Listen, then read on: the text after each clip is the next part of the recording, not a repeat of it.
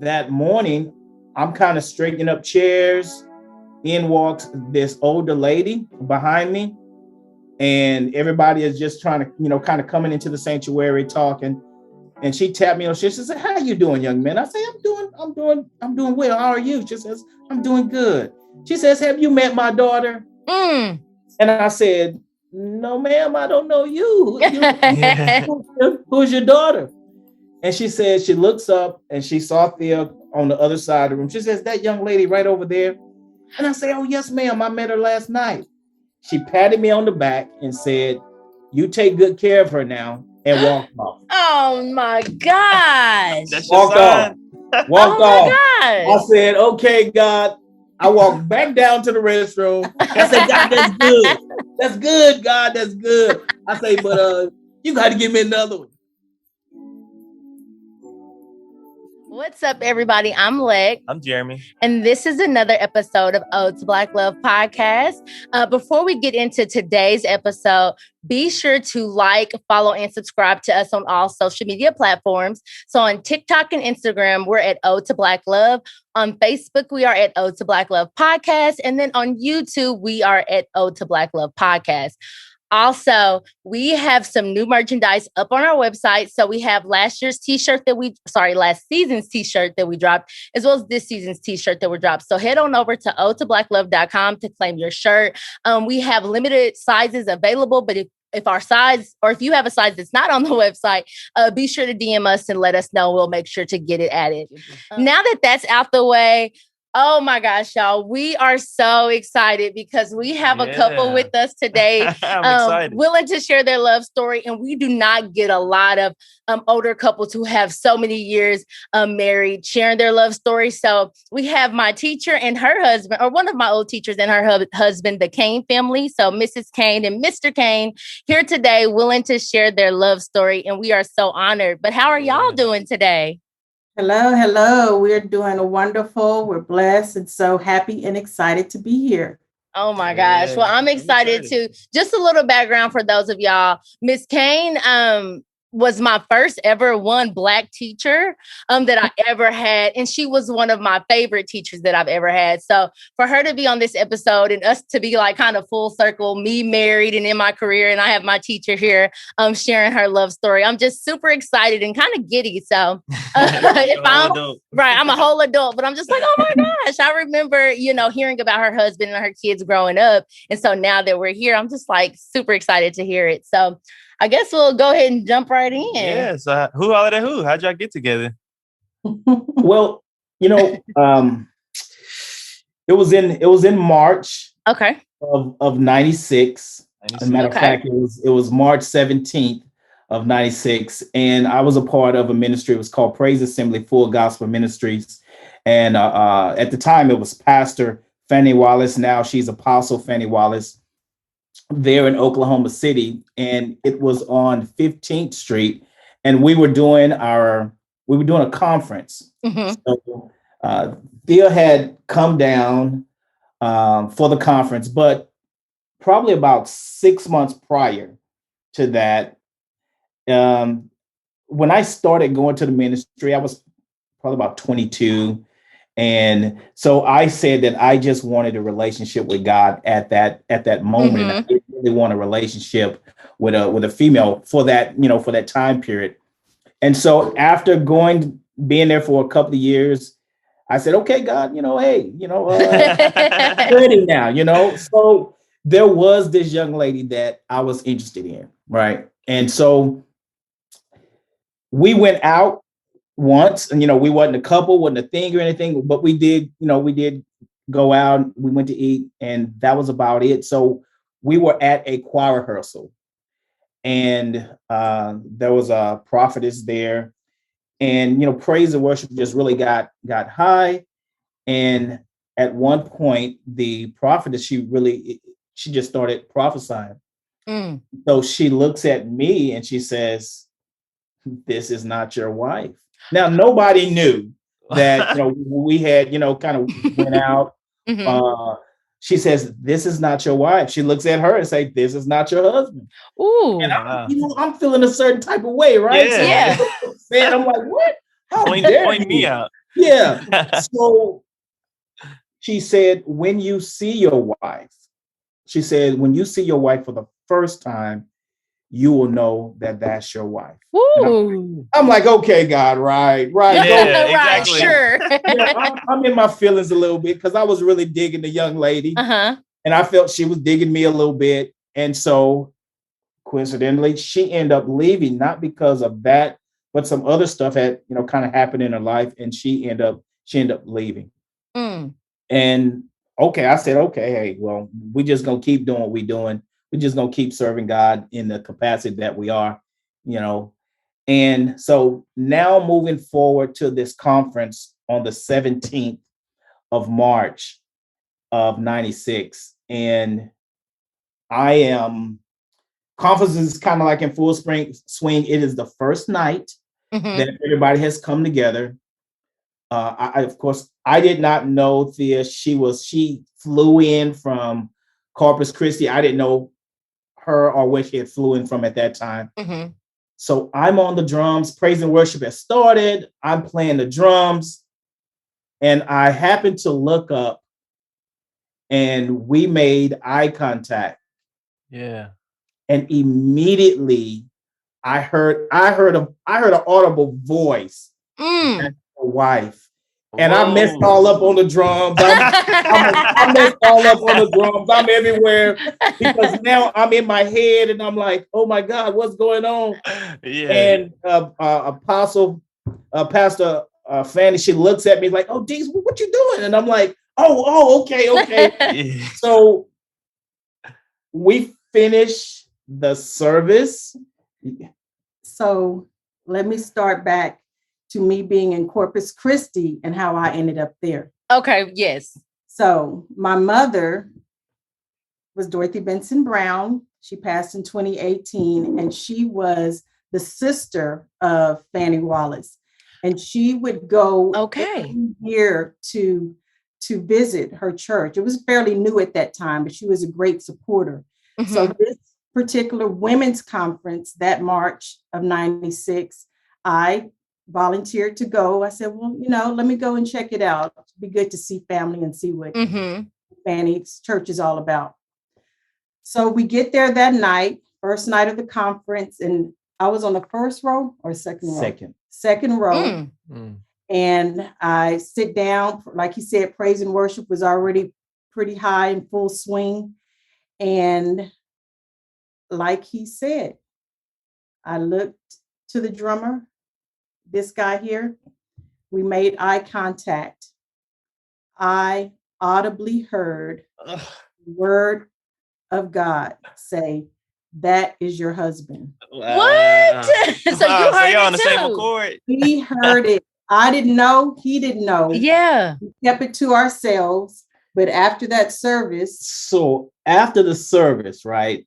I got goosebumps all over again. So after the service, I'm trying to figure out, okay, what's going to happen from here. So I walks. because I was living in Corpus Christi. Yeah. At the time, I was in my very, very first year of teaching. I was teaching here at Miller High School.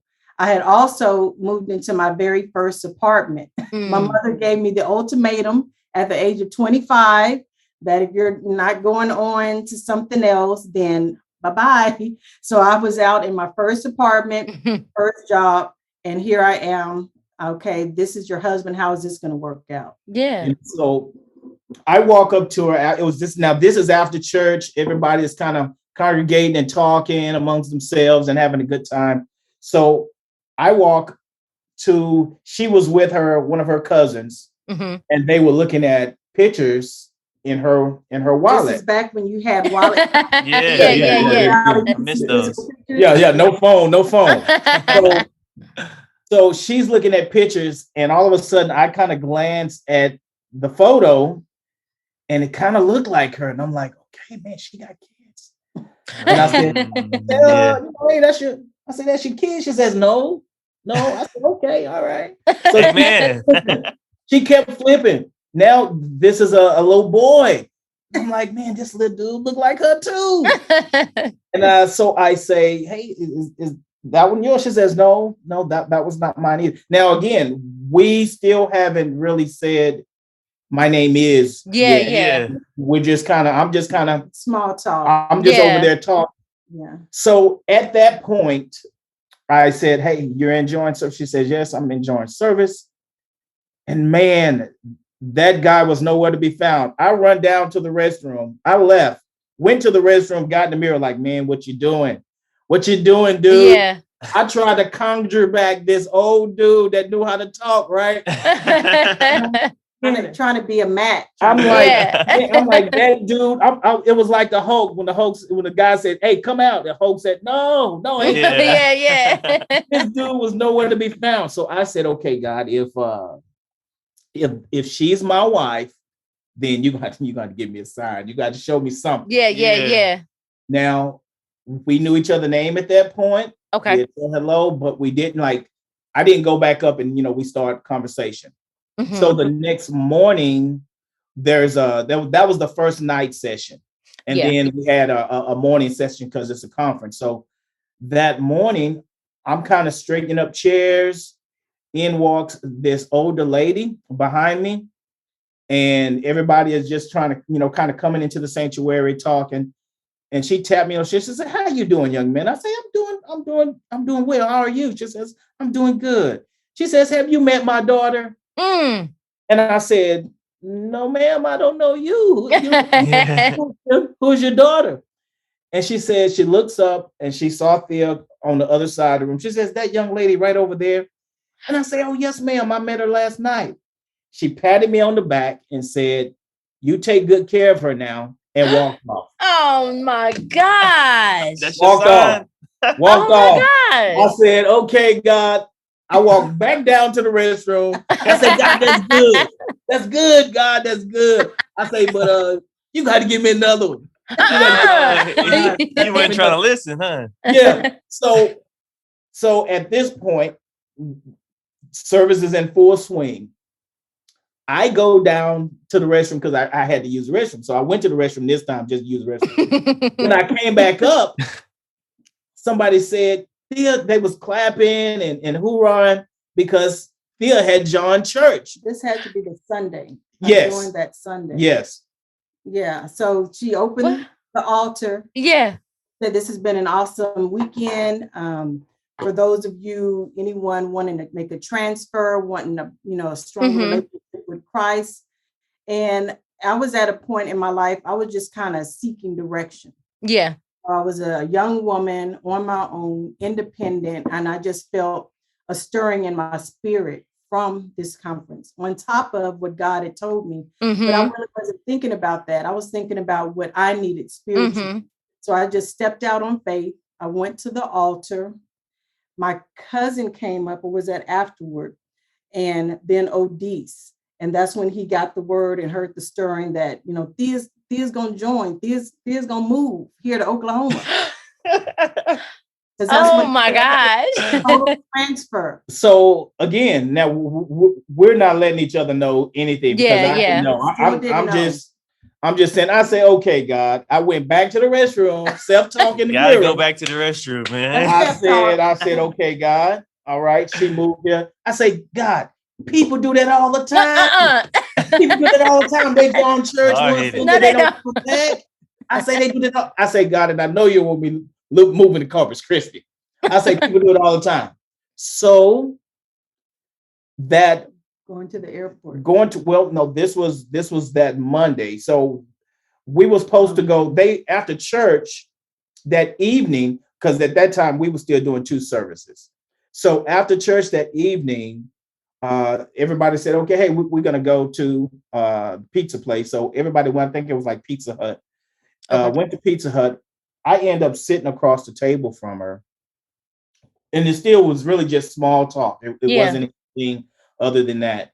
And there was a young lady that was in our ministry that knew the young lady that I was interested in 6 months prior. Okay.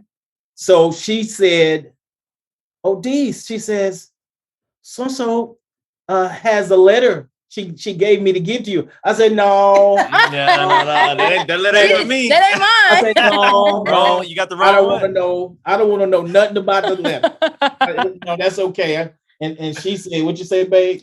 I want to see the letter. Well, Letter. So I said, no, it was just somebody I was interested in long.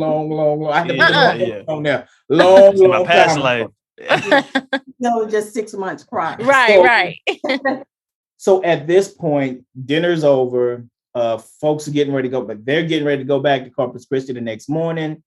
So we walk outside, we kind of walk into the car together, and I asked her for a number. So she gave me a number, and she said, "Can I have yours?" And I said, "No, you can't have my number." Yeah, that face you just did. Yeah. It was that face. And I said, "If I'm interested, I'll call." Right. And I did this simply because I didn't want to be pursued. I wanted to be the pursuer. Okay. Gotcha. I respect that. And so at that moment, we exchanged numbers. I get home. And so, we didn't talk that quick because she went to the airport that next day. Yes, and that's when Aunt Fanny and I were kind of having small talk as we were getting ready to get in the car. Mm-hmm. And she's like, my nickname is Buffy, and she said something like, "Buffy, I cannot believe you are moving to Oklahoma City." And she said, what she asked me? Oh, why are you, on top of spiritually? Yeah. And I said something like, to marry Odes. And that was the first time it had come out of my mouth. Oh. I was totally shocked. Mm-hmm. But the Holy Spirit had already shown her that's what it was. I was standing at the altar in front of her. My cousin, my closest cousin, was standing next to me. And Odes had come up immediately after. So God had already shown her in a vision that we were husband and wife. So when that came out of my mouth, it really confirmed something to her, but she was still shocked and surprised that I knew something within me, said it as well. So that was a Monday. That was that Monday. Uh-huh. And so now we was back at church that Tuesday, because in those days we was at church every day. We was a new church starting. So we had something going every day. Her grandmother was there. Now, and really, I really didn't know necessarily at the time until the conference that, her mom and Apostle Pastor Fanny was sisters. Okay. And so her grandmother was there, and her grandmother, we call her Granny. So, that night I had called. I tried to call her phone before church. I tried to call her phone. Got the old dun, dun, dun, dun, dun, dun, dun. The old busy. Yeah. You have reached the number that is disconnected. Oh, I said, I got the old I got the old slip number. She gave you the fake one. Yeah, she gave me the fake. I said, golly. I said, okay. I said, God, I don't know. All right. It was a real number. I was living with a roommate at the time, and he had run the phone bill up. Oh, so got shut off. So now church. So I'm at church, and her grandmother. Now I don't know. Her grandmother says to me, she says, "DC." That's what she called me. She say, "DC." I said, "Yes, ma'am." Hey, Granny. She says, "Have you talked to Buff?" I'm like, do everybody know something we don't know? Right. So she said, "Have you talked to Buff?" I said, "No, ma'am." So Pastor Fanny happened to be standing at the altar, and she was, fixing her mic and stuff. Mm-hmm. And she looked up and she says, "Fanny," and she looked at her mom. And she says, "Call your sister to tell her daughter to get her phone on. That boy trying to call her." And I'm like, wow. So Wednesday night, we back at church again. And she say, "DC." I say, "Yes, ma'am. You can call her now. Her phone on." Hey, y'all, they was gonna make sure it happened. That was Granny intervening. So I call, And by this time, we're on the phone for about like 5 minutes, just kind of chatting. And I said, wait a minute, hold on. I said, I have a question. And I said, when we first met, not talking, but when we first laid eyes, when you first saw me for the first time, what went through your mind? Is there anything, is there a word or something that went through your mind? Because it's crazy for somebody to just walk up to somebody you don't know. Hey, God told me you my wife. Yeah. And so she says, no, I have word, but I can't say that. Yeah. I can't say that. I wouldn't either. And I'm like, and I'm trying not to say it. I'm like, no, I can't say it either. I said, well, could be two different words. Yeah. Right. I said, well, God told me that you was my wife. And then it was immediate. It wasn't like a silence, like, okay, brother, click. It was God told. I remember saying it was the word marriage. It was the word marriage. That word came out, and I said, and he said that you're my husband. Yeah. And that we were husband and wife. I dropped the phone, man. That was the first time we had revealed it to each other. Wow. It's on the floor for about 5 minutes. I'm just looking at it, right? Yeah. Armpits. We had them little prickly armpits. Yeah. It was like it hit. It's like, oh, I finally got it out. Yeah. He confirmed it too. Yeah. And so this was again in March, and in July, no, it was June 13th. I took a flight, came to Corpus, and we packed her U-Haul and drove back to Oklahoma. But before that, we had, as we was talking through long distance, we would meet up in Dallas, different things. We went to, concert there, Derry Yancey concert. This was this really was a moment because as we met each other on Mockingbird Street, I followed them to one of her friends' homes, and we were spending the night together. We was in the same house. It was in the same house. Yeah. So choir members, and he happened to meet us there. So with money, he stayed at that same home. So at one point, we took a walk, again, just chatting it up under the street light, old school, first kiss under the dark moon school. It was really great, back at the house, and we were chatting on the couch. Yeah, this she don't like this one, but so we were talking and just sharing deep, dark secrets. And I was just sharing some things that had kind of been hurtful to me in the past, and bearing my soul. He took it at that time, took the opportunity to ask me to marry him. No ring, no knee, no nothing. And it was sweet, but I felt cheated. You didn't get your moment. Proposal? Wait a minute, what is going on? We knew that we were to be right. It was ordained by God, but every woman has a dream proposal in mind, and that wasn't it. Wasn't it. So, like you said, we're sharing, and she said, which was the key words that led me to do it. She says, nobody would want to marry me. And I said, I'll marry you. And that was kind of it, right? Yeah.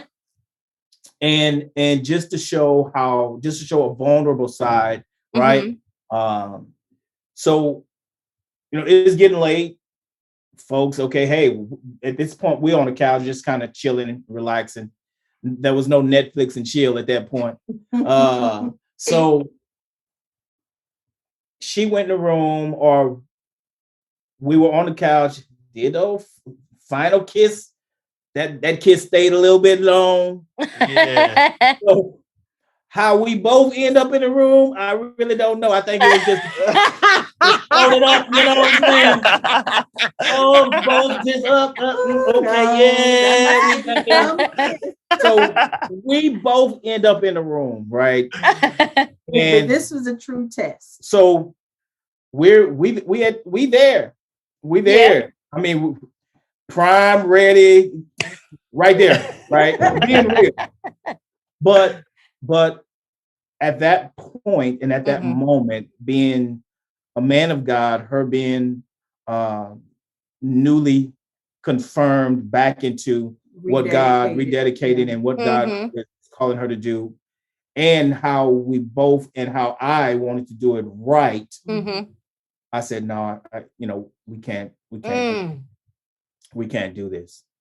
And how long is this, as far as y'all knowing each other? Like, how long have y'all known each other at this point? We met in March. This was in June. This for like in May. This like in May. Okay, yeah. Not long. Just a couple of months. Okay.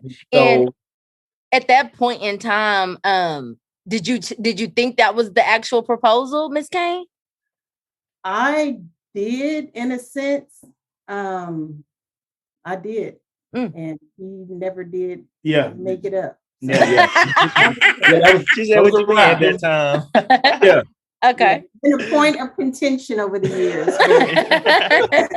That's hilarious. So I go back to the couch. We wake up, go to the concert, have a great time, enjoyed each other, enjoyed the concert. And then we move forward to June 13th, where I flew in. Her mom had fixed, some amazing food, and I met her dad at that point, not her biological dad, because her biological dad had passed away, but I met Mr. Ralph, which was an awesome man. So we again loaded U-Haul. Man, we got on the road and got back to Oklahoma City. We did not. We knew we was getting married at this point. Yeah. We found an apartment for her. She pretty much started work right away. There was no. And that was a blessing, because here it is with the middle of summer, and here in Oklahoma City, it was a very few available jobs and for English in particular. And so I was really blessed to get on. And my very first year in Oklahoma was teaching at John Marshall. Oh, okay. High school. And it wasn't very far from my townhouse that I had gotten. So that was a blessing to have to find an apartment and a job within that small time frame, and then within close proximity. And pretty much now we can kind of get into, now that we know that we're getting married, now we are learning each other. And now we're there. We're pretty much together every day. Okay. To some point. And which was great. But you have to drop some rules down, some different things that you need to abide by. I was never over to the house after 10. After 10, I was gone to the house, because boy, you hear me? Yeah, temptation. We knew we wanted to stick to what we had said about before marriage. We wanted to do things right, do things different from how we both had been in the past. And we just wanted everything to be ordained. And done right. And did you guys tell your parents that you were getting married at this point? Or, I mean, I know the family kind of knew, they kind of was a part of telling y'all, but like, was it actually known and y'all were planning the wedding at this point, or it was just kind of like in the air? Her mom, man, I think when she told her mom had everything. She was pulling stuff out like, hey, I got this. Her mom just planned the whole wedding. I mean, it was that quick and elegant. It wasn't no shoddy wedding where, hey, we just got some curtains on the wall. Here you go. With a little arch. No, she put this thing together so quick. Yeah. She was ready for that. She knew, and she just jumped right on it. Yeah. I remember just telling her the whole story, but it was just kind of a known thing with him getting in contact and with me there. And so, yeah. You know, Mr. Cain, what about your family? I mean, we know her family was like all on board. Like, did your family know anything? Like, at that point, no, because I didn't necessarily have any family that lived there as of yet. And I mean, I had a couple of best friends that we had been to school together, had been there at the church. We started going to the ministry at the same time, and had been there ever since.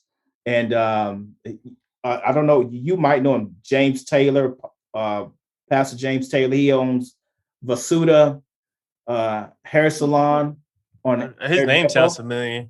Yeah, so man, you don't remember telling your family? No, I think I told my mom, and me and Thea had taken a trip. We was going to visit my brother, and my mom met us. She met us there, and this was before we got married. So yeah, was this before or after Dallas? This was after Dallas. Yeah, so before the move. So maybe late May. Yeah, when I met his mom for the first time when we were visiting his brother. Yeah, so she said, "Yeah, that's the one. that's the one." And how she knew it was the one was he was a little upset about a situation his brother was going through. We were at his mom's house there in Houston, and he just kind of got choked up and just started crying. Tears were shedding from his eyes. So I went over and got close to him, and I wiped his tears. And that's how his mother knew that I was the one and that I really loved her son. Yeah. But she immediately took on to me so much, in fact, that she said, "You sleeping with me."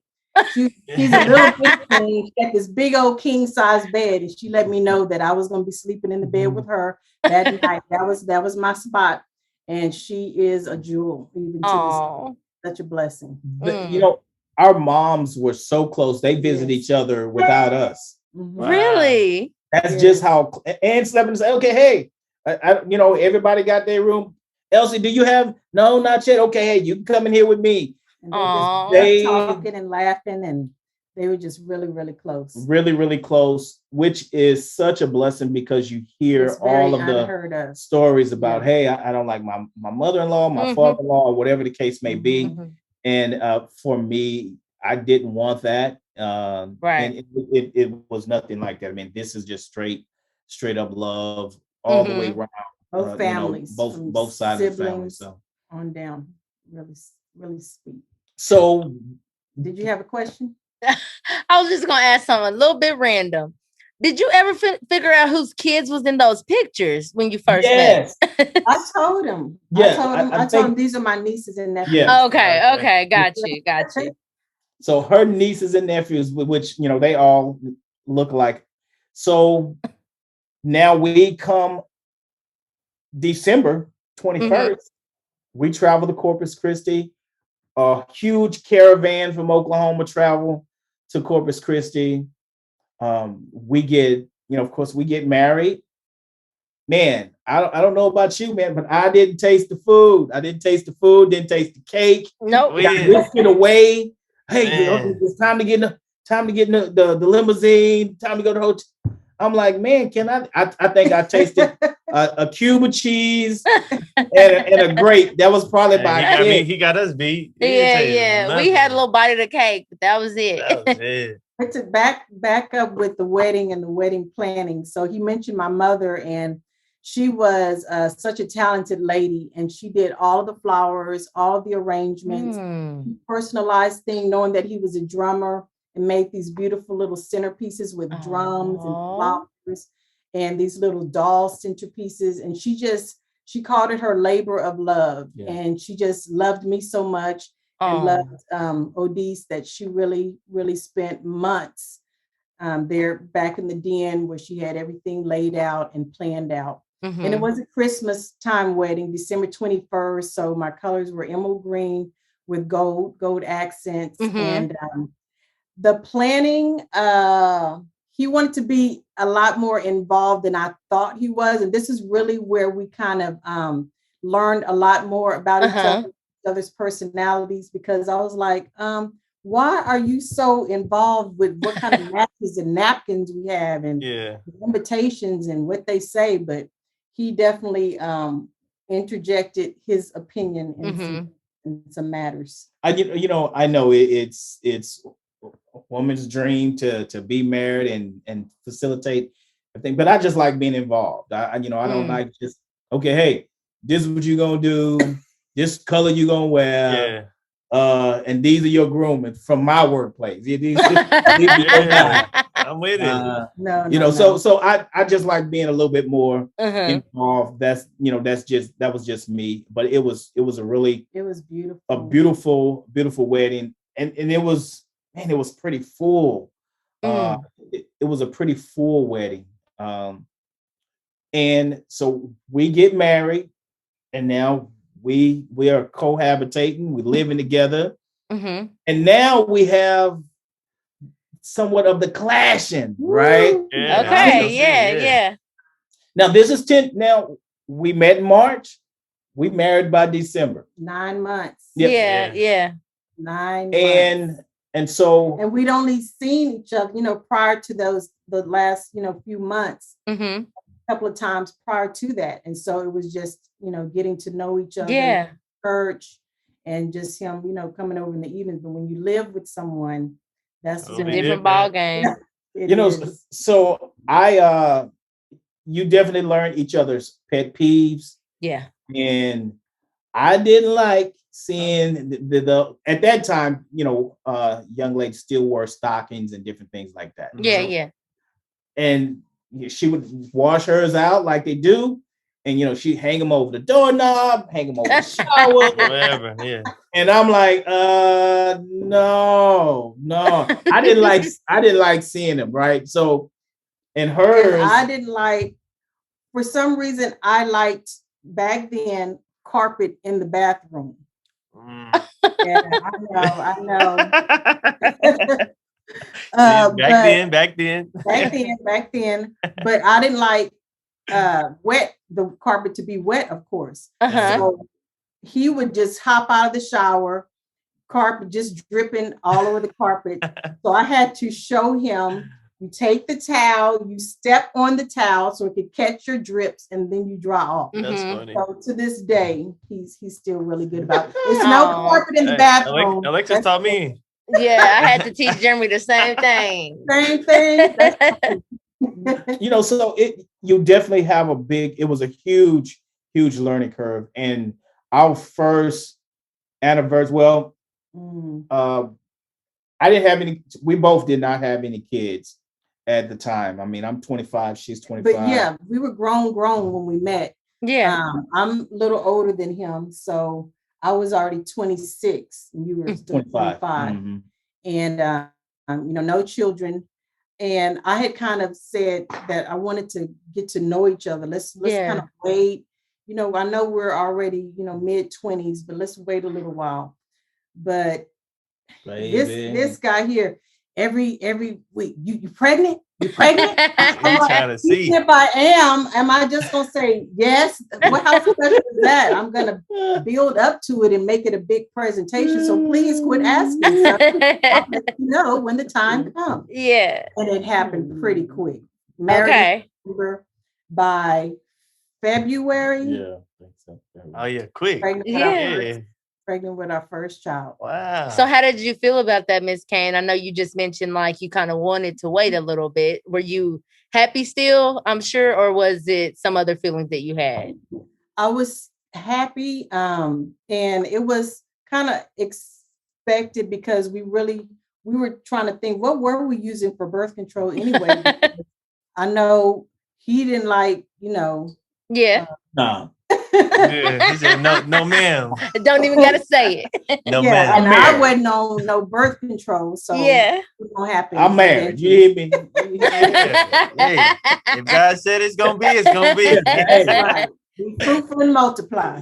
So we're still in this getting to know each other, and it's rough. It's pretty, it's rough. Only from that standpoint. And there was a lot of growing that we both had to do. Just with our personalities and our differences, and even the way I, talked to him. I was snappy. I'd snap at him verbally. My tone was rough, and it was like, wow, I thought I was a really nice person, a sweet person, but he's, mentioning some things that really bother him, and it is how I'm talking and my approach. And I would be on the defense sometimes. Some things I would bring up, he would definitely be on the defense about. And it would just get to the point where it was like some denial was going on. And I remember making the statement, man, I wish I had an internal recorder so I can play that you said that what you just said. We go through this like every week. And it's not making sense. Don't you understand what I'm saying? Does what I'm saying make sense? Can you at least acknowledge that? It was just different things like that. The communication, breakdown communication, and not having that built up and just going back and forth, back and forth. And in those days, we would be doing something totally. So for me, looking in, I'm telling her something, and she got the book, or looking at TV, and I'm telling her, and so stuff just didn't compute, and it's gone, right? And so he'll be like, "But I told you such and such." I'm like, "But did I acknowledge it? Did I say okay? Did I say yes?" Because that's part of communicating. That's two-way, yeah. So if I was multitasking at the time, that's not my fault. You should have made sure I heard what you said. This sounds so familiar. Oh my gosh. Your teacher, because I don't agree. Yeah, I'm with you. So now, so again, it was rough. So now it's our first year anniversary. We got the baby stroller. We got Thea. She's in the baby stroller. We had wanted to go to a hotel, do something different, but it was like, why spend that money? Let's just head on down the street to Pearls. With this baby. Okay. we sit at Pearls, all upset at each other. Still, it's the first, anniversary. Yeah, I remember it was hostile. It wasn't lovey-dovey. It was and the cake was bad. You know how you save the top of the cake. Yeah. Save the top of the cake. We pulled the old cake out, let it thaw out. We took a piece. It was garbage. I mean, it was garbage. Who saves this? Why? Why do they do it? This is terrible. All frostbitten. Yeah. So, but I tell you, when you, from the times of communication or lack of communication, if you really want marriage to work, it can. Through all of that difficult times. So that was the first year, and it went on in a sense up to probably like our 5th year, something like that. So y'all just y'all just weren't communicating well like that entire time? It wasn't, it was the communication, it was. And I'll tell you, it was a cycle. So, and I'll tell you, we got to a point, you have to get to this point when you're willing to stop being selfish. I was willing to stop being selfish. She was willing to stop being selfish and say that there is a we versus an I. Yes. And at that moment, boom, things, really started happening. Better. They weren't perfect, but it definitely improved. It definitely improved. So what led up to y'all getting to that point where y'all both were able to say, I think really, you know what, it turns out it is relationship, right? So if you have relationship, I would tell every couple this. When we got married and before we got married, we developed a relationship. no matter how short 9 months time span it was, we developed a relationship. So she didn't marry me for money because didn't really have none. She didn't marry me for sex. I didn't marry her for money, and I didn't marry her for sex. We had a relationship. Yeah. So outside of relationship, there was nothing. Because if sex is great, you can marry somebody just because it's good. If the money is good, hey, you marry somebody possibly because the money's good. And so the relationship is shaky and false because your foundation is either sex or money or something else. So we married because of relationship. And when we were able to go back to relationship, there is nothing you can't work out. Because you have relationship.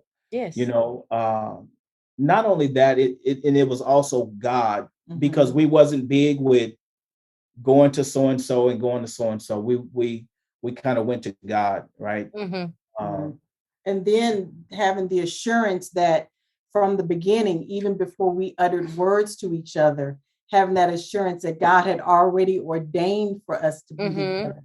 And that we knew that no matter what we went through, he was in the midst, and that he could get us through that because he put us together, just together from the start. So during that first 5 years, there never was really any doubt. It was just like we just fighting through it. And this is hard. Yeah. It was hard. It was hard, but we knew we had to get through it. We knew we had to, acknowledge some things and make some changes. Not worry about trying to change each other. Right. What is it, God, within me? What can I do differently to please my husband, to be a better wife? And it just took that, just really humbling ourselves and really some soul seeking. We're going to go back to change, right? So my wife's an English teacher. English teacher. We riding in the car. The word is ambulance, but I might say something off just for look. Ambulance. So I might just as an example. Hey babe, did you see that ambulance? Oh, it's pronounced so and so. No, I have some. Wait. I say, babe, you know what I'm saying. You know what I'm saying. Well, it's pronounced so and so, and I'm talking about this ball go from here to this big old mountain. I have a whole list that I remember. he would say brought instead of bought. Babe, look what I brought you. I brought you this from the store. I'm like, no, babe, no, it's bought. It's bought. And ivory plant instead of ivy. That's a beautiful ivory. Just like that. I'm like, look, I'm from the country. You know what I'm saying. Yeah. You know what I'm saying. But what I told him with that, I said, I'm not just picking on you. I want you, and I see you talking to people in the future. I think this is something that is going to be a part of you, and I want you to start now establishing your communication skills, and I'm here to help you, whatever it takes with that. And so sure enough, he has been in the military, which we haven't even got to yet, but that was a very big part of his military career. And even now, just speaking to the public in business. And so it's come full circle. It was I was a thorn in his side at the beginning, but it worked out. But this is what God told me. And he told me, he says, what your wife have, you don't. What you have, your wife don't. So in turns, she balanced out me, and I balance out her with those opposite things, the things that she did not carry at the time in her, no matter how much it hurted. It was a thorn. Okay, hey, that's a little hurtful to hear, hurtful to say, but nevertheless, it sharpened both of us. And I can see how if you bring two pieces of metal together, the friction that it causes, yes, on the outside appears to be rough, but it is definitely sharpening each other. Yeah. And that's what we were. And we just got to that point where I got to the point where instead of being defensive, after hearing that from God, saying, okay, hey, let me reevaluate and let me take in some of those things. So I would practice words and do words on the side, like without her, right? Yeah. Car, whatever the case may be, and really worked on that. And I'm better today for it, so it's definitely a blessing. Definitely a blessing. So, Ms. Cain, you mentioned Odes or Mr. Cain being in the military. Is that how you got to Oklahoma? No, I got to Oklahoma. No, I'm talking about Mr. Cain. Oh. Is that what brought him to Oklahoma? No, I was, after I graduated from high school in Houston, I went to Job Corps. Okay. Came up here going to school and finished. I really liked Oklahoma City. So I finished and moved to the city.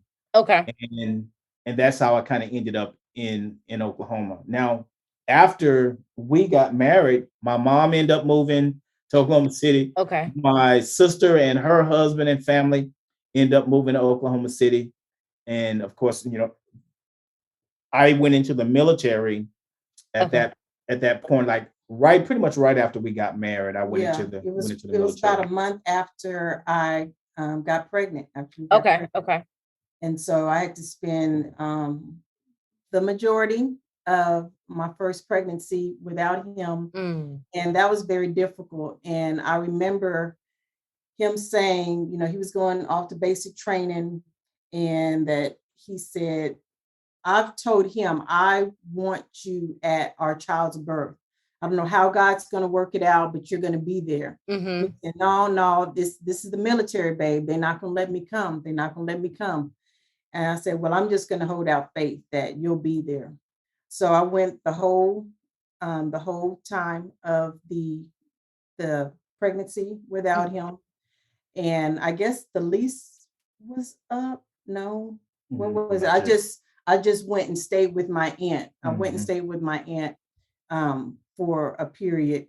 And I was working at a place in Oklahoma City. I won't say the name of the corporation, but it was taking donations. And we had a supervisor that was, she was like a micromanager, but she was like extra mean about it. And I was like big time pregnant. So I'd be sitting there and Tara would be kicking and just doing all kind of stuff.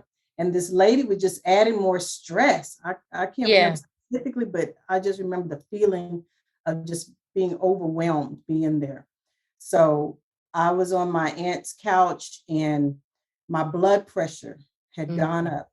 My blood pressure had gone up. And she said, I think we might have to take you to be induced, because she was a former nurse in her okay. And I remember walking that last Wednesday night at service, and just kind of walk through. And that night was when they took me to the hospital, and my labor was induced. And it was preeclampsia. And that deemed it an emergency. So what? Red Cross was able to get him home. For the birth. I had worked it out that he didn't miss the birth of our first child, our daughter, Thea, niece, Cain, born October 30th, 1997 at 11:59 p.m. Oh, wow. Of being a Halloween baby. That's our low blessing. So, I get there to the hospital, and I had saw some pictures, of Thea. She'd be in the mirror, she would take pictures, she would send them to me and different things like that. And so I walk in, I'm like, man, who's that in that bed? Because hey, when they pregnant, face get a little bit swollen, everything goes up. Nose. Yes. Black. I say, am I in the wrong room? Tara comes out just as white as a piece of paper, real high yellow. I'm like, who is this little cross-eyed? But she was a beautiful baby, and she darkened up later. She's still a little brown skinned, caramel girl. Beautiful daughters, and my mother came immediately after she was born. So I had my mother and your mom came shortly after. So she had both of her grandmothers there to help me and to be with her in her first few days. That was a blessing because you had to go back. Yeah, I had to go back. Yeah, he had to go back after certain points. So yeah, what's your mom when she came up in the room, before I went to the military, when she came in the room, we was asleep and she woke us up. So my mom was something else, I tell you, and she loved love. She loved relationships, and it must have been after Taylor was born. This wasn't immediately. This was before. Yeah, that was before. Before she was born? This was before, yeah. Okay. So apparently this was during that hostile time. When the communication was broken down and things just weren't right within our marriage. So my mom must have been there visiting, and she was just observing, just noticing some things. Well, the morning of her departure, she comes into our bedroom. We are both still in bed. Breath stank, no toothbrush had been found at that time. Sits on the edge of our bed and she says, "Now, Buffy, you're gonna have to do something about this. You've got a young man there and he needs sex now. Now you have got what he needs." Somehow she observed that no action was taking place in this early young marriage, and some things needed to change, and they did shortly thereafter. Our child. Hey, she said, I see what's going on here. Yeah, she spoke her mind. You got some wise family. Yeah. Yes. Also, and even like I said, even in those, when we again recognize, okay, hey, we're both gonna stop, I'm gonna stop being selfish, you stop being selfish, and it's a we, and we're gonna take care of each other. That's dealing with support, from support on. If we make an agreement, regardless of what somebody else said, we have agreed to do XYZ, or we have disagreed to do XYZ, regardless of what somebody else says. Hey, I'm not going to throw you under the bus. You ain't going to throw me under the bus, because we have made that agreement. So that really wasn't like the end, because the enemy always wants to try to get in other ways. And even as we came together that way, with communication being better, around the conference time every year, nothing could be going on. Like as far as us, nothing's going on. We're us, and all of a sudden it just get eggshelly, and we just could not figure out what it was, and we started praying about it, and we noticed that it was around the same time every year. Every year we would have to pick up one of our moms or both of our moms from the airport. And I remember it was an argument every time we were going to the airport. Either he missed an exit or something was going on, or just the tiniest little thing. And we just finally recognized, why is it every year around this time that we are getting into it? The enemy was just there waiting to jump in and cause division when it was supposed to be, uplifting time. But it was a terrible, terrible cycle that we finally recognized and dealt with. You recognize that cycle, and when you recognize the cycle, we really just started praying against the cycle. Or when we would notice, we would start praying together and praying against this cycle, and definitely it broke. There was a time before that, hey, when things was in those bad years, okay, do we need to stay together, or are we going to throw the D word out? And I went to God and I'm like, God, so and so, so and so, so and so. She is that, she da da da da da. I'm talking to God. And what he said, he says, you fix you. You fix you. And when you fix you, you'll fix her. And so I began really to work on me. He said, don't worry.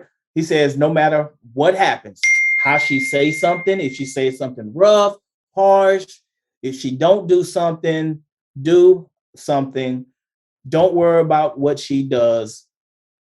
You work on you. And when I did that, it automatically, man, it just really turned over.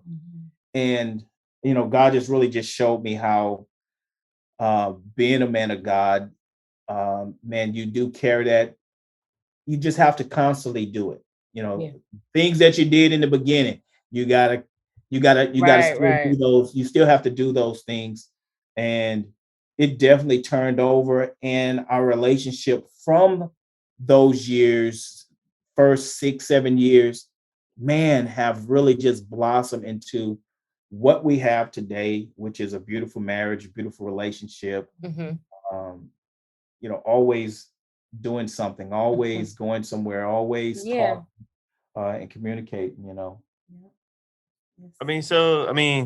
had mentioned like how you kind of got past those first 5 years. So like, what kind of happens? I know you were in the military. Like, what kind of happens once what is it? How was it being married in the military? Were you gone often? I was gone often. He was Army Reserve, so a lot of his things were stateside, mainly between Oklahoma and Texas. Gotcha. And a couple of times in Colorado. But yeah, he was gone quite a bit. 6 months, a year, 2 years. And those times it was challenging and difficult because I had to, take on so many extra responsibilities. Sometimes it felt like I was a single parent just because I had to do everything and still having to stay in communication with him, let him know I'm here, I'm supporting you from afar. But he wanted me to go and visit him a lot more often than I did. And so that was upsetting to him because I was just like, I have this to do. I can't be there as often as you would like. And that caused a lot of friction. Especially when he was in Oklahoma. And Altus was how far away? A couple of hours? Yeah. So I went a couple of times and that was the most boring, dry drive. But, girls and I went a couple of times and it was a great time to be together as family. Yeah. But hard to do when he was in Killeen and, some of the places in Texas and Louisiana. I would sneak home. When I was in my last duty station was El Paso. And I would drive the 10 hours on the weekend, but doing pretty much my whole career in the military, I never missed a birthday. I would if I had to sneak back for the birthday and then catch back out the next day, I did that. I made sure that I was here for their birthdays, the girls' birthdays, as well as Thea's birthday. If I didn't have nothing but a cake or a balloon or something, I made sure that I did that, and I came home as often as I could. When I was in Killeen, I wouldn't say it was every weekend, but it was every other weekend. Yeah. So how long was your military career? I did 21 years. Okay. So that was a lot of your daughter's lives, right? Like you being in the military? Yes. Okay. So I retired in December of 2017. That's when I retired. Gotcha. It was a bittersweet because I really wasn't ready to get out. It was just from injuries, and I had a couple of surgeries that I end up getting out. And we at that point we had moved from Oklahoma City. That was a big transition. Yeah. So we moved here. my mother had started to have signs of dementia, and we wanted to be here to take care of her. I really did, and really wasn't sure how Odes would react to approaching him about moving. And he was on board because he loves to fish. So we're here in South Texas, water all around. And so it wasn't a big struggle. I didn't have to pull his arm. Yeah. My mom so much that he was willing to do that for me, make that sacrifice. So he ended up transferring to San Antonio, which is just a couple of hours away, where he had his first surgery. So that was real close. But we were able to spend 3 years, my mom's last 3 years, here with her in her home and really be caregivers for her. When I first met Odes, he was a CNA. So he had that nursing background. And when I tell you, he was such a blessing to my mom, and with lifting her and moving her and caring for her. It was really beautiful to see. And she always let us know her famous word was grateful. I'm just so grateful. She was really grateful that we sacrificed and gave up our jobs and our home in Oklahoma to come here and be with her. So it was a big transition, but we're glad that we're here. And I'm still teaching, and I teach at my alma mater, which is Carroll High School. So that's pretty cool. So how did your sorry baby, but how did your daughters handle the move? Were they excited to move and be closer to their grandmother? I know it might have been a little bit challenging because were they in high school by this time? Well, our older daughter Thea had just graduated. Yeah. Okay. And what is ironic about her is that she joined the Army, and she did her basic training, and her very first duty station was in El Paso. So wow, she came where I was, and so we did probably about a year together before I had to leave, coming back to San Antonio. And it was a challenge because being a dad, still being a dad, man, I wanted to hover and protect her from everything. And but I believe I did good because we would get together on Sundays and and go eat. But through the week, I might call her or she might call me. I didn't make it a point for her to come see me or anything like that, or for me to go find out where she was and see what's going on, see how she's doing. I just let her kind of grow in that. And I mean, it was just a real blessing to be there and for her to be there at that particular time. But our younger daughter, Micah, she was, when we transitioned here, she was going into her 10th grade year. So she spent her last 3 years at Carroll. And it was different from her, totally different culture and demographics. But Micah being Micah, she's just a very people person, very friendly and very involved. So she made a lot of friends and made straight A's and was in a lot of leadership positions. And I recruited her to be in my yearbook class. So I was yearbook editor her senior year. And so I think she enjoyed her time there. She didn't like that people would mispronounce her name and call her Mika. She said, how they get Mika out of Micah? I'm like, I don't know, Micah, but always mess up your name some kind of way. Right. We're going on our 25th year. This coming up this December, to be 25 years for us. And we were just in San Antonio last week, or early, I would say, last week or earlier this week. We went down just to kind of relax and kind of get away, go do something. And man, to me, well, to both of us, I said, babe, I mean, not that we didn't love each other before, but man, we're even falling deeper in love with each other. And it's 25 years. And we always talk about, man, how can some be married for 25 years and then all of a sudden, poof, is gone, and you and they divorce for whatever reason. Man, if you really want to make it in your marriage, you can. You It's can. not easy. You have to fight for it. You have to fight for something that you love, and just take it all in. And like you said, just acknowledge each other, each other, cater to each other, fall back in love over and over. To make it work and make it last. Go ahead, ma'am. Yeah. So do y'all have any specific ways that y'all can share that y'all use to kind of fall deeper and deeper in love? You just mentioned at 25 years, you feel like it's getting deeper and deeper. Other than communication and actively working for it, are there any other things that you guys prioritize to make sure you guys are connecting with each other and, like you said, just falling deeper into love? I think as you grow older, not just age-wise, but in your marriage, you definitely have to find other ways. And so I've become a little bit more sappy. I'm an action guy. I like action movies, the whole nine. We are different in those ways. We're totally different in those. She's booky. I'm more, hey, let's go golf, bowl.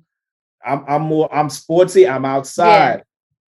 And we both just recently made some compromises in that area. So I'll look at about 4 or 5 other big sappy movies with her, even getting into the old episodes.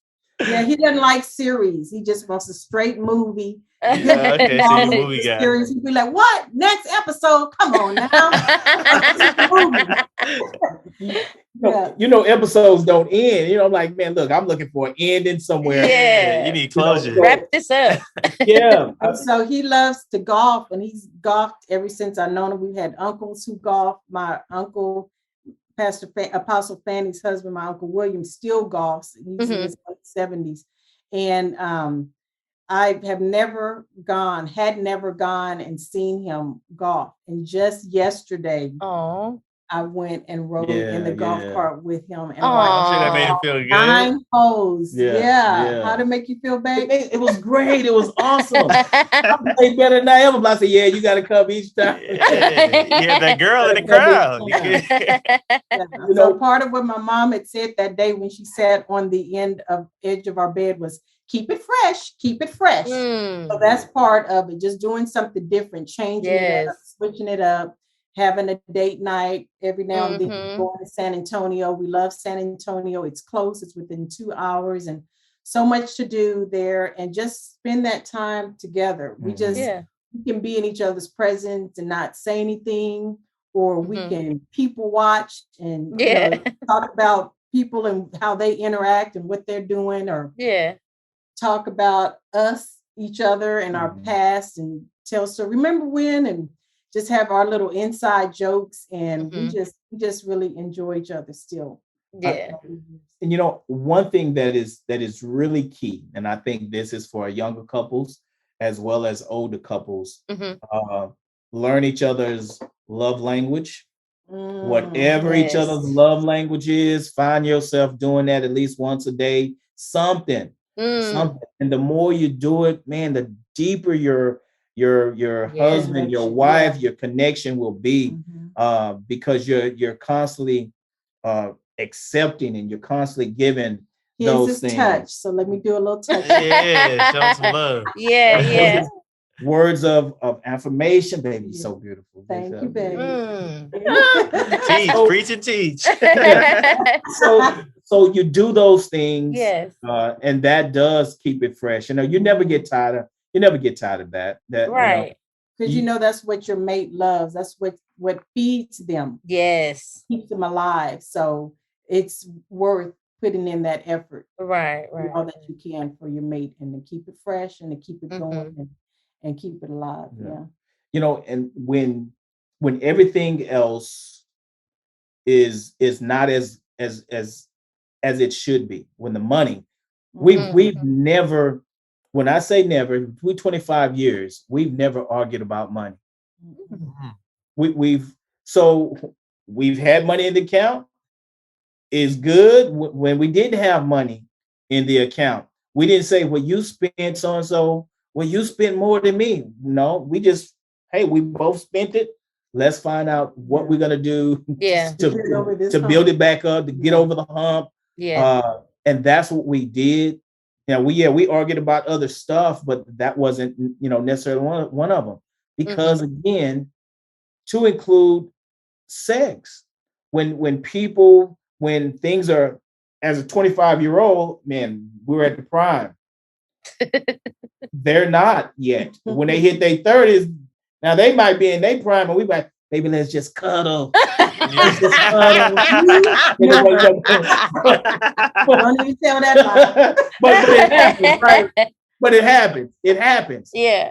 So, but you just got to switch things up. Really cater to each other.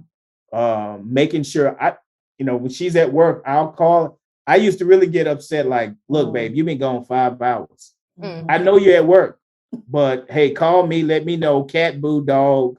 I'm on the way, or something. Yeah. Because I wanted that communication for us. So that's the way you kind of keep things rolling. Yeah. So I mean, we kind of skipped over. I mean, y'all had 2 kids, is that right? Is it 2? Yeah. So like, how did y'all keep? I mean, for Alexa and us, like we've been having Noah for almost 2 years now. Like, how are y'all? Like, kids change things a little bit. Like, how did y'all? Did that change anything for y'all, or like, how did y'all keep things like staying on track with the kids and not getting distracted? Because I know a lot of people, like it seems like y'all doing great after the kids are gone. You know what I'm saying? Some people, like, once the kids are gone, are all a mess or whatever. We had a wonderful village, a wonderful support system. So we mentioned our church, Praise Assembly. We also had a daycare. So it was like leaving our babies with family. Yeah. That was never an issue. Of course, that expense was still there, and that's just something that we had to budget in and deal with. But we never did have to worry about where they were and who was caring for them. But that things, because it was still early in our marriage, we still had that friction. I would have my way of changing diapers or feeding. He had his, and I would fuss. But then I had to come to a point, just because he does it differently, right? It's wrong. I just finally had to click that into my brain and just kind of keep my mouth, bite my tongue and inside of my cheek, and just let some things go. But that was a trying time as well, because it was so early on. Yeah, having kids, as far as us go, it changed us as far as parents and being parents. But we both talked about how we would not allow kids to do parent splitting. If she said something and then they come ask me, it's no, because she said no. Yeah. If I said something and then they go ask, it's yes, or it's still no, or whatever the case may be. And if they see one being disciplined over there, hey, just go ahead and take your lick, or whatever the case may be. And that's what it'd be, because we didn't allow parent splitting. And I think that's a big thing that happens in couples as well, when the kids can see, hey, I can get over if I can act a certain way in front of mom when dad trying to get at me, or when mom getting at me and dad see it, then they might say something. We really try to keep arguments to a talking conversation. Like, we would just really actually be talking. It wouldn't be loud. A lot of hollering and stuff. There was no breaking tables and slamming doors, because I had to fix all that, so ain't no need of ain't no need of breaking nothing up that you got to fix later. Right, exactly. So we really believed in kind of keeping those things away from their ears. And if we had a disagreement about them, we would talk in the room somewhere away from the kid, because man, when you think they're not picking up something, right, they are. They picking it up. But we had some as Tara, when she was born, we had to wake her up to feed her.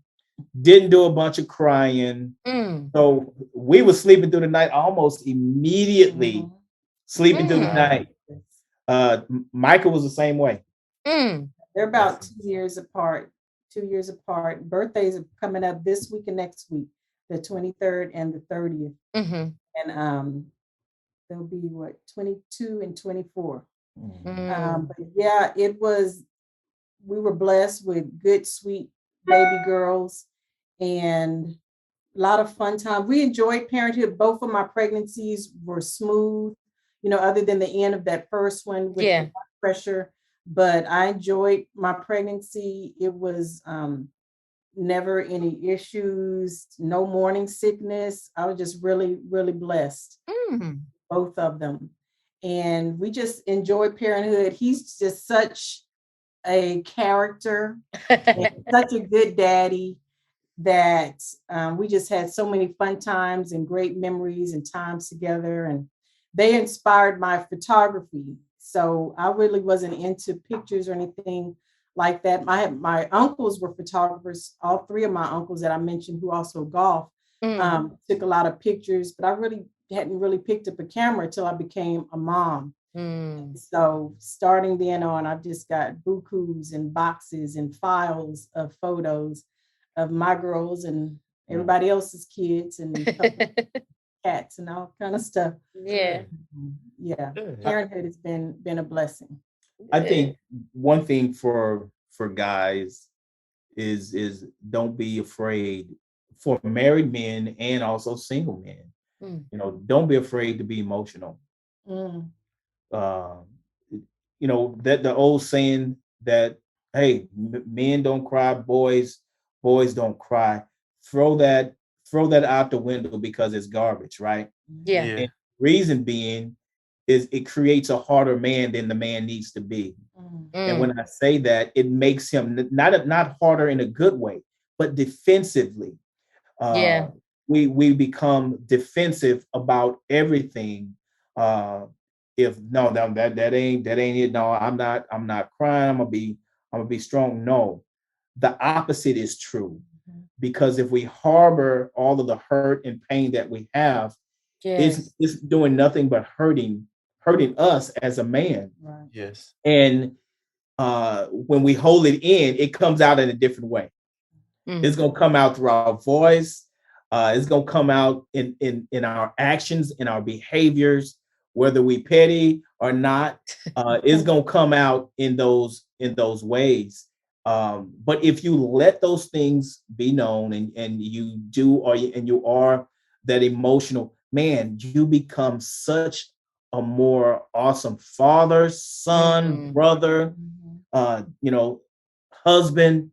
You become all of those things roll up in one. You become more to your wife than you realize, because you're allowing yourself to not just be emotional, just to be emotional, but you allow yourself to be human. Human, yes. You allow yourself to be human. And in doing so, I've heard, I've never seen my dad cry, and the person is 30 years old and they say they never seen their dad cry. Man, that's hurtful, because the strongest hey, Jesus cried. Jesus cried. So who are we to harbor our emotions in such a way that we just become hardened and not able to feel certain things that we should feel at different points and different times in our life, that we should feel them, Okay, so that kind of brings us to where we are now. So what are y'all doing now? Well, my husband has started a business. I'll let him talk about that. After retirement, I really just wanted to do something that I really enjoyed. So I just didn't really want to just grab a job. And I had been retired for so long, it kind of spoils you. You sleep enough, you go fishing enough, and then okay, it's time to get back to work, or you want to go back to work. So I've had this to start in a janitorial company for quite a while, and so went on and launched it, and so now I have 4 clients. I'm speaking it into existence. Tomorrow will be five buildings that I go and clean, and it's called Veterans Janitarial Service. So it is definitely, it's really been a big blessing. Awesome.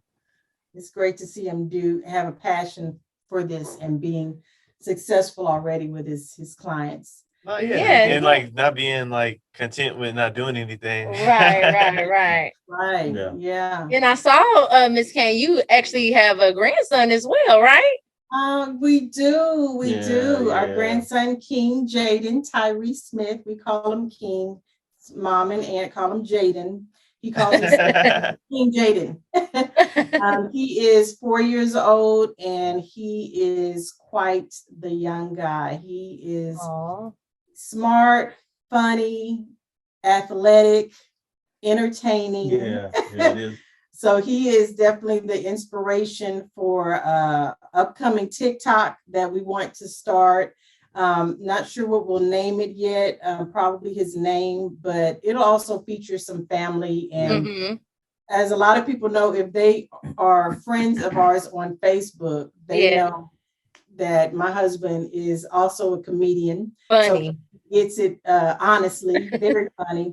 So I'll be launching a YouTube Hanging with the Cains. I already have my wallpaper for that created. We have lots of content, just videos I've been collecting over a year or so. Some my daughters have from way back. So we'll be putting that out, because just out and about, people will say, "Oh, hi, Miss Cain," and they have never met my husband, but they're like, "We love your husband. We love your videos."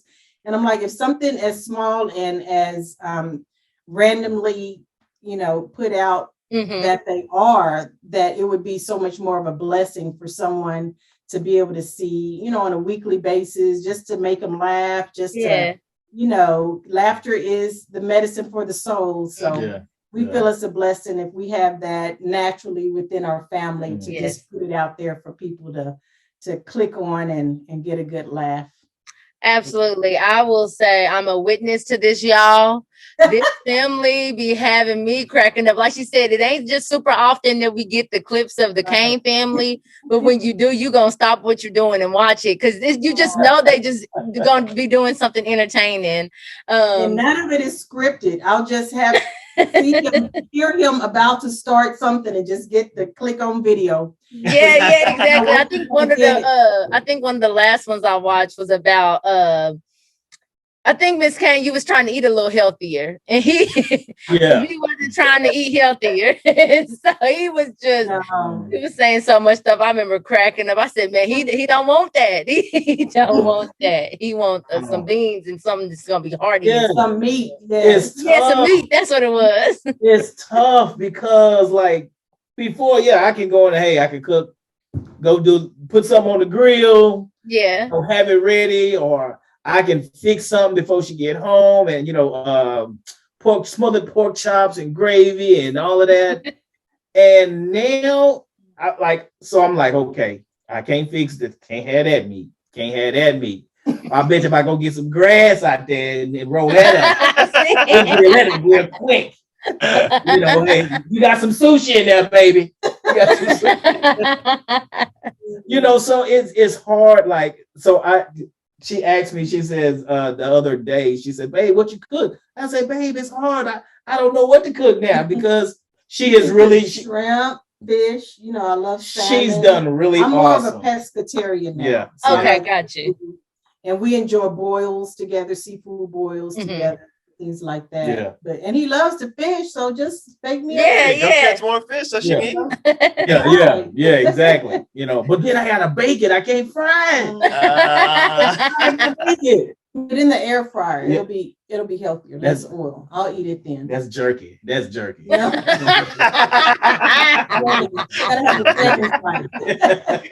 See, so this is what I'm talking about. This is the type of content y'all can expect to see on their YouTube channel. And like I said, they're always cracking me up every time I see that video. So yeah, well, I got I want to get this part out of the way because I want to get to some fun stuff. But y'all been giving some good advice. So I just wanted to ask, like, is there any specific advice you want to give to couples out there, whether young, y'all 25 in the game, so even older?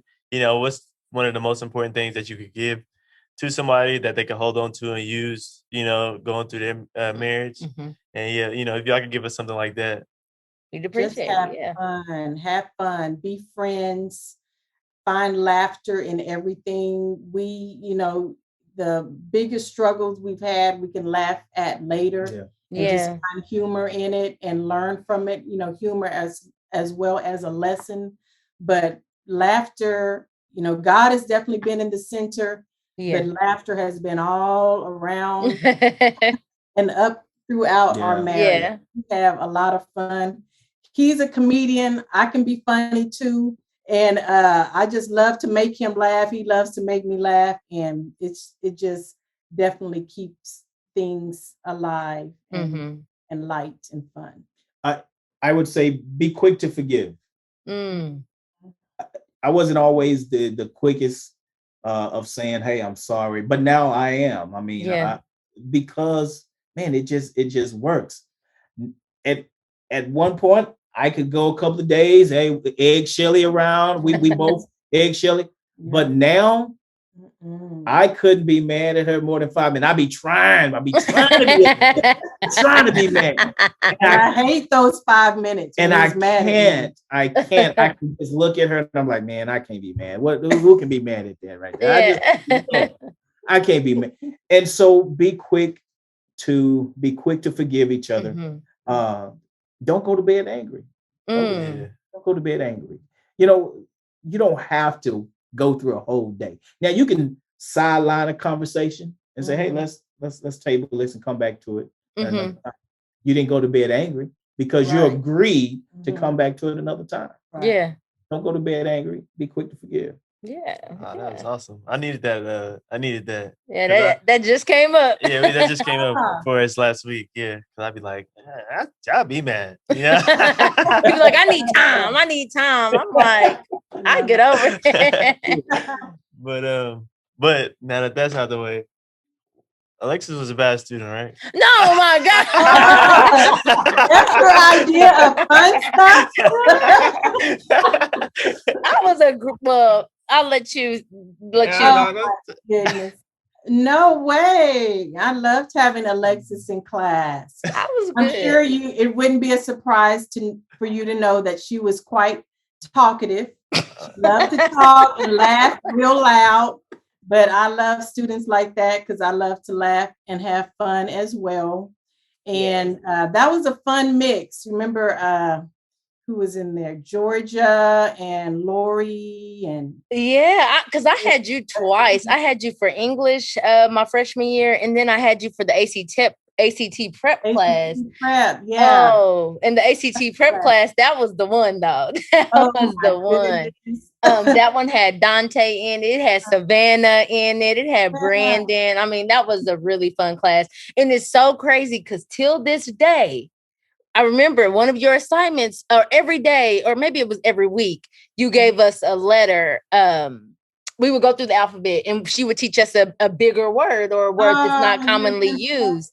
And I don't remember all the letters, but brazen was one of them. And I use it all the time. Like, it's so many words that are embedded in my vocabulary because she made us do this assignment. And I remember I would be in college and I would be saying words. People are like, what? I'm like, I don't know nothing.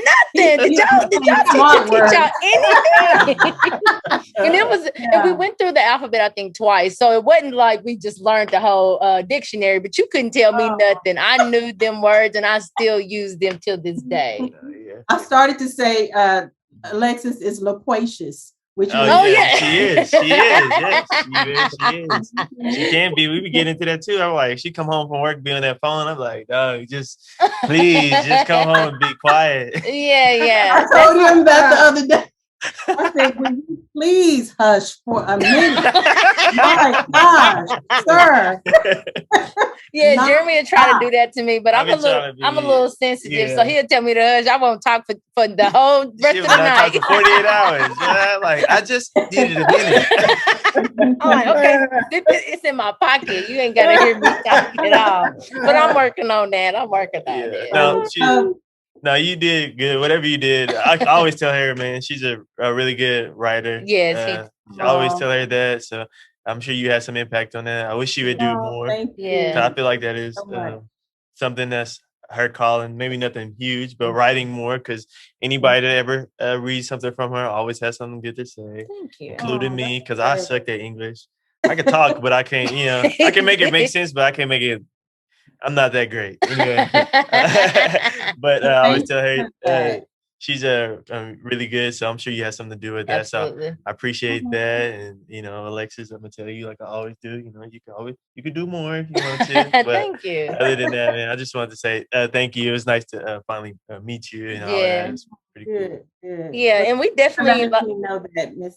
Thank you for letting me know that, Alexis. That means a lot that you remembered those smart words. That is so awesome. And I remember it's funny because when I was messaging you back and forth about being on, I scrolled up to one of my messages and it had to be like 2013 or something. And I reached out to you and I said, hey, Miss Cain, do you by any chance have a list of all those words? Because I remember wanting to like get back and relearn them, because I used to know them front to back, but now I'm like, I can't remember all of the letters and which ones you taught me. So thank you so much for just embedding that in my vocabulary, because I use it in conversations. Like I said, till this day, I'm at work using these words. And people even still will ask me like, oh, what does that mean? Like, I haven't heard that one. And I'm able to articulate and explain it to them. Wonderful. And that makes me feel really good. Like, okay, I know some stuff that y'all don't know. And it's all because I had an English teacher back in high school who took the time to teach us that stuff and know the significance of that and how we can use that later in life. So I appreciate it. I also just appreciate y'all being on, like I said, from the jump. Having older couples who have been in 20, 25 years in the game, we don't get a lot of them that are vulnerable enough. And we understand it, right? The generations are different. Some generation or that, generations before us are more, reserved, and their business is their business. And, nothing really goes out the house, essentially. And that's another reason why we started the podcast, is because we didn't hear a lot about love stories. Jeremy had several examples of Black love, but I didn't. And a lot of the stories that these couples experience aren't always shared. And so we wanted to make sure we had a platform for young Black couples to learn from and to know that they're not alone. It was a lot of stuff that y'all mentioned going on about communication at the beginning of y'all relationship that I'm like, well, I'll be doggone. This stuff is, it's been going on for generations. Like, this is there's nothing new under the sun. Exactly. And this is stuff that all of us go through. And so knowing that just because we may have some communication differences, or just because we may not always see eye to eye, that doesn't mean it's something wrong with us. We just have to actively work to do better. So those 4 letters. Yeah, work. And so again, we just appreciate y'all coming on and shedding that light. Like I said, so much that y'all said resonated deeply within us. And we know our listeners will definitely say the same. So before we get out of here, do y'all have anything y'all wanted to add? Just that you all can reach out to us for anything at any time. We are on a different relationship. We'll forever be student teacher, but we could be adult friends and mentor to you, however. And I'm sure Mr. Cain would do the same for Jeremy. So I love it. I love it. Like I said, I mean, I just on the you get into like the softness thing. That's something that I've been learning over the past year. Like just kind of like being more open and learning more about my feelings and stuff like that. So when you were saying that, it definitely hit home for me, because that's been a big thing for me this past year, me learning that, because, I mean, my dad definitely showed me love, and he definitely now be crying. But but early on, like, it was that tougher, I'm the oldest and he had me pretty young. So early on, there was a lot of that, just kind of real I don't want to say transactional, but real, just, Yeah. man, it's supposed to be this, that, and the third, which he's come off a lot of that later. But just you saying that is awesome, awesome to hear. So I'm on that same path. So, keep preaching that. I keep listening to that. I love it. It is just really, again, refreshing that you all are doing this. I wouldn't say that you are young in your marriage. I mean, you said 6 years, y'all been married for 6 years. How many years? We've been together 6 years. We've been married for 3. Yeah, 3. Relationship and what you all are doing is really so important. And I thank God that He's put it on your hearts to do it, to share it, to show people that, hey, man, there are different sides and we can learn. You can take something from each couple that passes through. You all can take something from each couple that passes through. So do that and continue to allow God to grow you all, not just closer, but with the audience that you all have. Man, it's really great, refreshing. Yes, I'm so proud of you, Lexus. Thank you, Miss Cain. Well, thank y'all again so much for being on. Baby, if you don't have nothing else to add, we'll go ahead and let that ride. Let that ride. Peace.